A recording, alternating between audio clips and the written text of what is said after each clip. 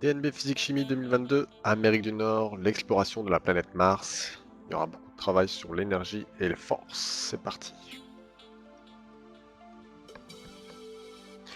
La sonde spatiale Mars 2020 développée par la NASA a été lancée le 30 juillet 2020 après un long voyage.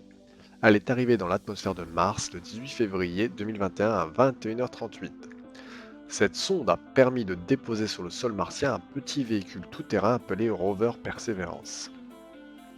L'entrée de la sonde dans l'atmosphère de Mars, jusqu'à l'atterrissage du rover, comporte plusieurs phases décrites par le dessin suivant.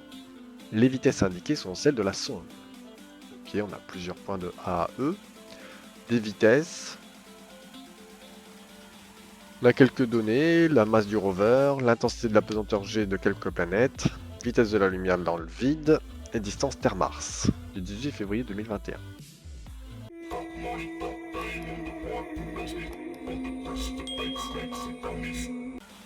Question 1 pour 2 points. Indiquez si le mouvement de la sonde entre les points B et C est ralenti, accéléré ou uniforme, justifiez la réponse. Au point B, la vitesse de la sonde est de 420 mètres par seconde. Au point C, la vitesse de la sonde est de 89 mètres par seconde. Donc la vitesse entre le point B et le point C a diminué, la sonde a un mouvement ralenti. Question 2, pour 3 points. Parmi les 3 relations suivantes, recopiez celle qui permet de calculer l'énergie cinétique de la sonde, précisez ce que représente M et V. Donc la formule à utiliser c'est EC est égal à 1/2 de mv carré. L'énergie cinétique c'est en joules.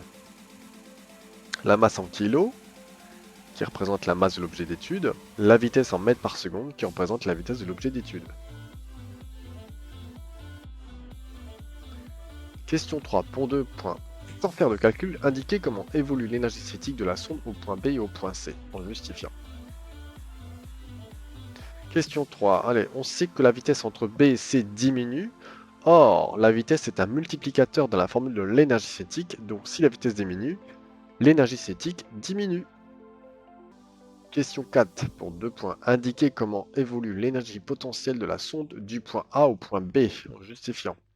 Donc déjà, il faut rappeler la formule de l'énergie potentielle. EP est égal à mgh, donc le P c'est l'énergie potentielle en joules, la masse en kilos, G c'est l'accélération gravitationnelle en newton par kilo, H c'est l'altitude en mètres. L'altitude diminue entre A et B, donc EP diminue. Si H diminue, EP diminue.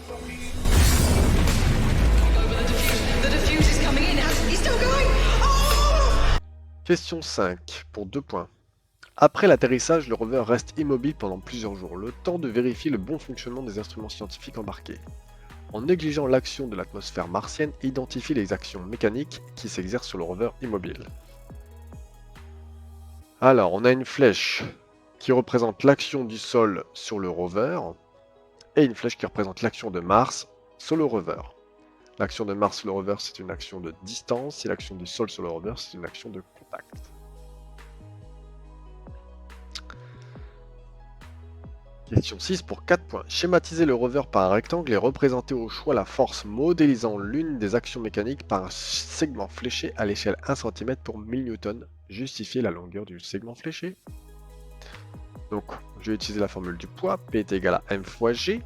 La masse, c'était 1050. J'ai pris le G de Mars, 3,72. On calcule, ça fait 3906 N. 1 cm représente newton, donc 3906 newtons représente 3,9 cm. C'est un produit en croix. Comme le système est immobile, les deux forces sont de même direction, même longueur, mais sens opposé. Donc mon petit rectangle qui représente mon rover. Donc j'ai dessiné ici les deux forces, les deux actions. La plus simple c'est d'utiliser la formule de la force du poids, l'action de Mars sur le rover. Donc de 3,9 cm. Donc ici j'ai représenté les deux, hein, mais on vous demande de représenter qu'une seule flèche. Donc verticale vers le bas de longueur 3,9 cm. Question suivante, l'atmosphère de Mars est composée principalement de dioxyde de carbone, CO2. La vie pour l'être humain y est donc impossible. Une des missions du rover est de fabriquer du dioxygène O2 à partir du dioxyde de carbone. Question 7. Donnez le nom des atomes présents dans les molécules de dioxyde de carbone et de dioxygène et précisez leur nombre. Donc le CO2, le C c'est l'atome de carbone et il y en a un. Le O c'est de l'atome d'oxygène et il y en a deux. Et dans O2, j'ai deux atomes d'oxygène. La sonde et le rover peuvent communiquer avec la Terre à l'aide de signaux radio se propageant à la vitesse de la lumière dans le vide. La phase d'atterrissage commence dès l'entrée dans l'atmosphère au point A et s'achève au point E lorsque le rover touche le sol. Cette phase dure environ 7 minutes. Pour 7 points, en construisant un raisonnement prenant appui sur des calculs, expliquez pourquoi si un événement inattendu se produit au cours de la phase d'atterrissage, la Terre n'en sera pas informée à temps. Donc on va reprendre les informations qu'on connaît. Durée de la phase d'atterrissage, 7 minutes. On a la vitesse, vitesse égale distance sur temps. Donc V pour vitesse des ondes en mètres par seconde. La distance, c'est la distance Terre-Mars. Et T, la durée du signal. Donc nous, on va chercher T finalement. Et la comparer aux 7 minutes. Donc T est égal à distance sur vitesse. On remplace, application numérique. Donc attention à la conversion des kilomètres en mètres. Kilomètre c'est 10 puissance 3, donc on rajoute 10 puissance 3. On trouve 700 secondes. On convertit en minutes. T minutes c'est 700 divisé par 60 et on trouve 11,7 minutes. Cette valeur est supérieure à 7 minutes, donc la Terre ne sera pas informée s'il y a un souci. Voilà ce qui achève le sujet de physique-chimie Amérique du Nord 2022. Si tu as réussi à faire toutes les questions, t'es champion.